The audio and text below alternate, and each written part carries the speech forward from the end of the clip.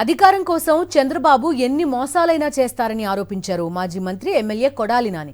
కృష్ణా జిల్లా సేరికల్వపూడిలో నూతనంగా నిర్మించిన గ్రామ సచివాలయం ఆర్బీకే సెంటర్ను ప్రారంభించారు ఎమ్మెల్యే.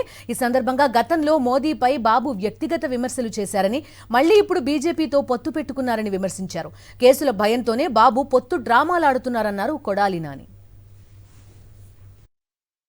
2014లో రాష్ట్రం విడిపోయేటప్పటికి ఈ రాష్ట్రాన్ని బాగు చేయాలంటే కేంద్ర ప్రభుత్వం సహకారం ఉండాలి. ఈ రాష్ట్రం రెండు ముక్కలైంది.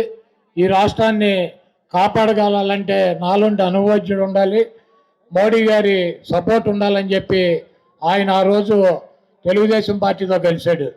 మళ్ళీ 4 సంవత్సరాల తర్వాత మోడీ గారు ఈ రాష్ట్రానికి ఏమీ చేసింది లేదని చెప్పి ఆయన నల్ల షర్ట్ వేసుకుని దేశమంతా తిరిగి అదొక మత్తత్వ పార్టీ అని చెప్పి, అదేవిధంగా ఆయనకి భార్య లేదని చెప్పి, పిల్లలు లేరని చెప్పి, భార్యని వదిలేసినటువంటి పిల్లల్ని వదిలేసినటువంటి మోడీ ఈ రాష్ట్రాన్ని దేశాన్ని ఏం ఉద్ధరిస్తాడని చెప్పి, మోడీని నేను ఈ రాష్ట్రంలో లేకుండా చేస్తానని చెప్పి, ఈ దేశంలో లేకుండా చేస్తానని చెప్పి, సిబిఐని ఉసుగొలుపుతున్నాడని చెప్పి, ఈడీలను ఉసుగొలుపుతున్నాడని చెప్పి, ఆంధ్రప్రదేశ్లో కేంద్ర ప్రభుత్వ సంస్థలో ఈడీ వాళ్ళు రాకుండా మరి బ్యాన్ పెట్టి జీవోలు రిలీజ్ చేసి మోడీ గారిని అమ్మనాభూతులు తిట్టాడు.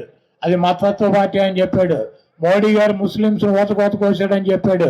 నిన్నగాక మొన్న మణిపూర్లో జరిగినటువంటి క్రైస్తవుల అల్లర్లో కూడా మరి బీజేపీకి సంబంధం ఉందని చెప్పాడు. మళ్ళీ సిగ్గు లేకుండా ఇంటర్ తెలుగువాడు ఆత్మగౌరవం కోసం పెట్టినటువంటి పార్టీని నడుపుతూ ఢిల్లీ వెళ్ళి 3 రోజులు అడుక్కు తినేవాళ్ళగా అక్కడ వాళ్ళ గుమ్మాల దగ్గర పడిగాపులు కడి ఆ బీజేపీతో అలయన్స్ అయ్యి ఈరోజు పవన్ కళ్యాణ్, బీజేపీ, చంద్రబాబు వచ్చి జగన్మోహన్ రెడ్డి గారిని ఓడించాలంటాడు. ఎందుకు ఓడించాలరా బాబు అంటే విధ్వంసం అయిపోయింది అంటాడు. ఏం విధ్వంసం అయింది?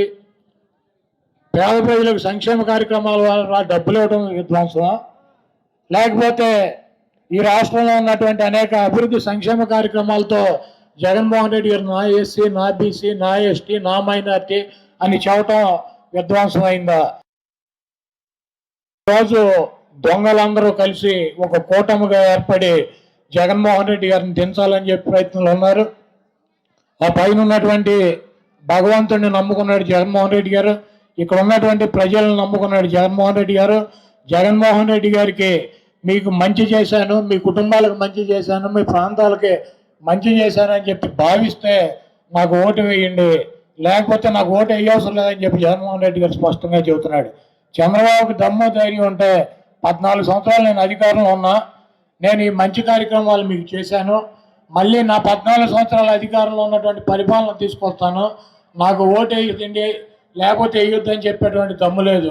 పవన్ కళ్యాణ్ని చూసేయండి, మోడీ గారిని చూసేయండి, పక్కన కాంగ్రెస్ చెల్లెమ్మ షర్మిలమ్మని చూసి నాకు ఓటు వేయండి ఆవిడ చెబుతోంది కాబట్టి, లేకపోతే ఎదురున్నటువంటి బీజేపీ వదినమ్మని చూసి వేయండి, లేకపోతే నా ఉత్తిపుత్రుడు పనికి మాలి దొత్తమ్మ పప్పుగాడిని చూసి ఓటు వేయండి అని చెప్పి ఈ రకంగా చెప్పేటువంటి పరిస్థితి ఉంది. కాబట్టి మీ కుటుంబాలకు మంచి చేశాడని మీరు భావిస్తే, మీ ప్రాంతాలకు మంచి జరుగుతుందని భావిస్తే, మీకు దేవుడి మీద జగన్మోహన్ రెడ్డి గారి మీద నమ్మకం ఉంటే మీరు జగన్మోహన్ రెడ్డి గారికి అండగా నిలబడాల్సినటువంటి అవసరం ఉంది.